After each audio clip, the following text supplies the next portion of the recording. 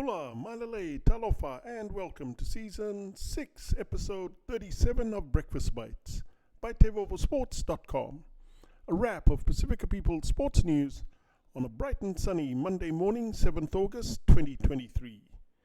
Coming to you with tons of hanisi from the 180th meridian in the middle of the Pacific Ocean.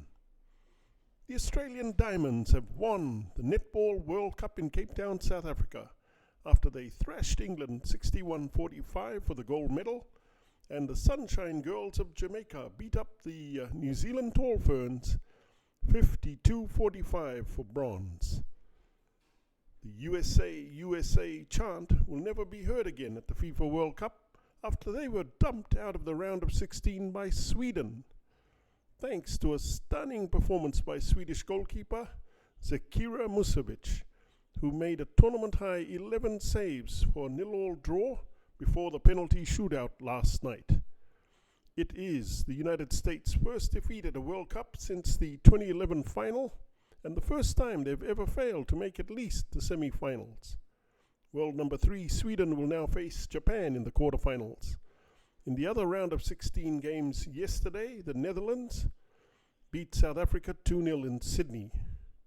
Today, England versus Nigeria at 5:30 p.m. in Brisbane, and Australia versus Denmark at 8:30 p.m. in Sydney. Tomorrow sees Colombia play Jamaica at 6 p.m. in Melbourne, and France versus Morocco at 7 p.m. in Adelaide. In rugby, Samoa's first cab off the rank in officially naming their Rugby World Cup 2023 squad of 33 players, with the All Blacks naming scheduled for 5 p.m. New Zealand time today. So when will the Wallabies, Ikalitahi, Springboks, Los Pumas and the Flying Fijian squads be named?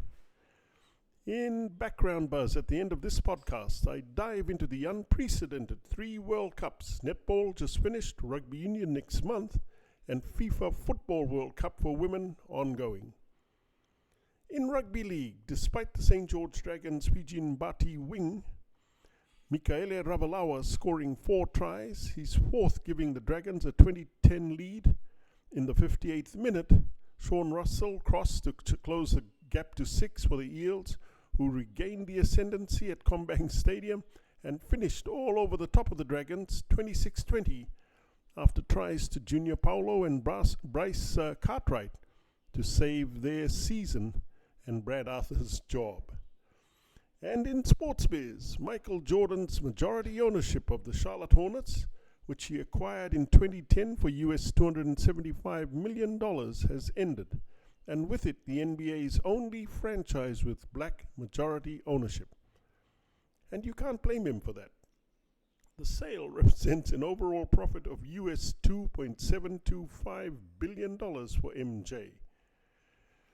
In combat sports, Iron Mike Tyson is in Francis Ngannou's corner for his upcoming fight against Tyson Fury, saying in a media release, "It is no secret I back Ngannou 100% in this face-off of the champions. He has one hard punch, and when it lands, it's game over."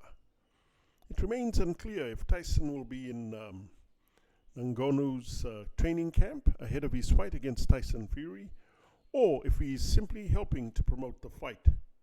What is clear is that Iron Mike must be raking in big cash paid out by the promoters for this statement, and more likely even more dosh for him just to turn up for the fight. Okay, in background buzz today, the Australian Diamonds have just won the Netball World Cup in Cape Town, South Africa, where they thumped England, while the Sunshine Girls of Jamaica beat up the New Zealand Tall Ferns for bronze.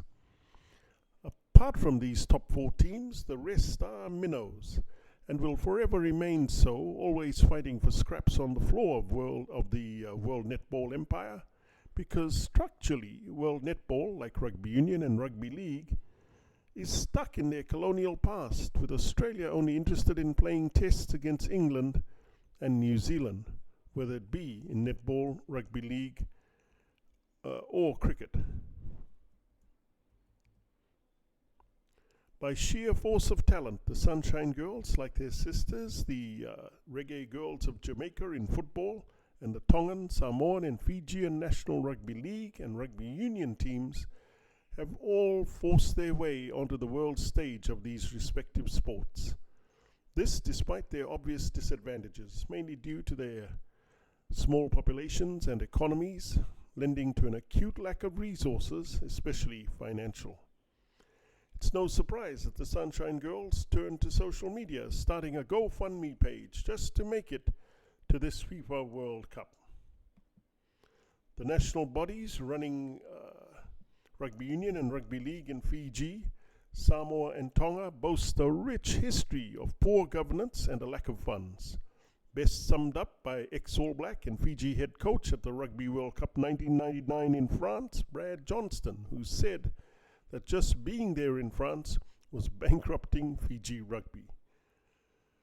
This financial bridge too far for netball and especially rugby is contrasted by FIFA's approach, with the sheer diversity of all the participating teams in this FIFA World Cup 2023 for women includes teams from all over the world, first and third world, rich and poor.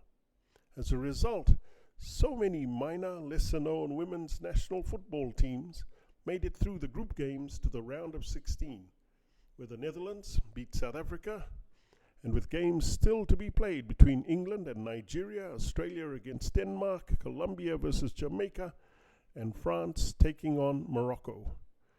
Even the richest team in the world, whose players are paid the same as their male counterparts, the USA women's national team, are on their way home, dumped out of the World Cup by Sweden, who will now play Japan in the quarterfinals. Global football powerhouses, Germany, Italy, and Argentina have already been eliminated.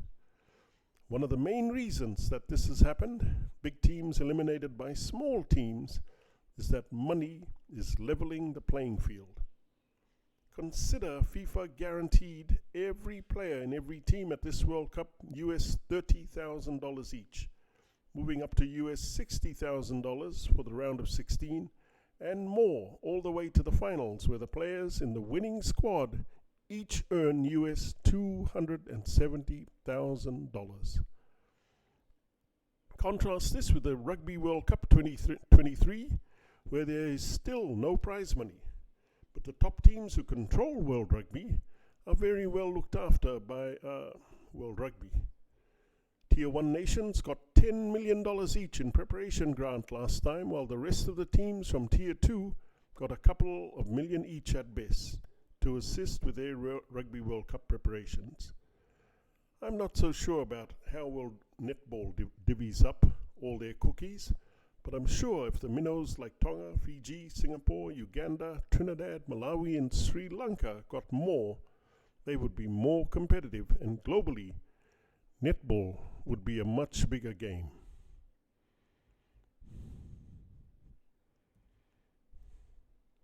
Granted, football has many more fans and it is played in many more countries.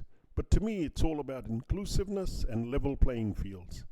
And sorry to say, but Rugby Union and Rugby League, plus netball to a lesser extent, fail or fall far short of pretty simple, decent standards.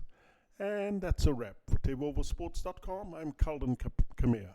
Please hit the like and subscribe buttons below if you want to receive more Pasifika sports highlights on Breakfast Bites. Mahalo, kakite, and thank you all too much for all your love and support.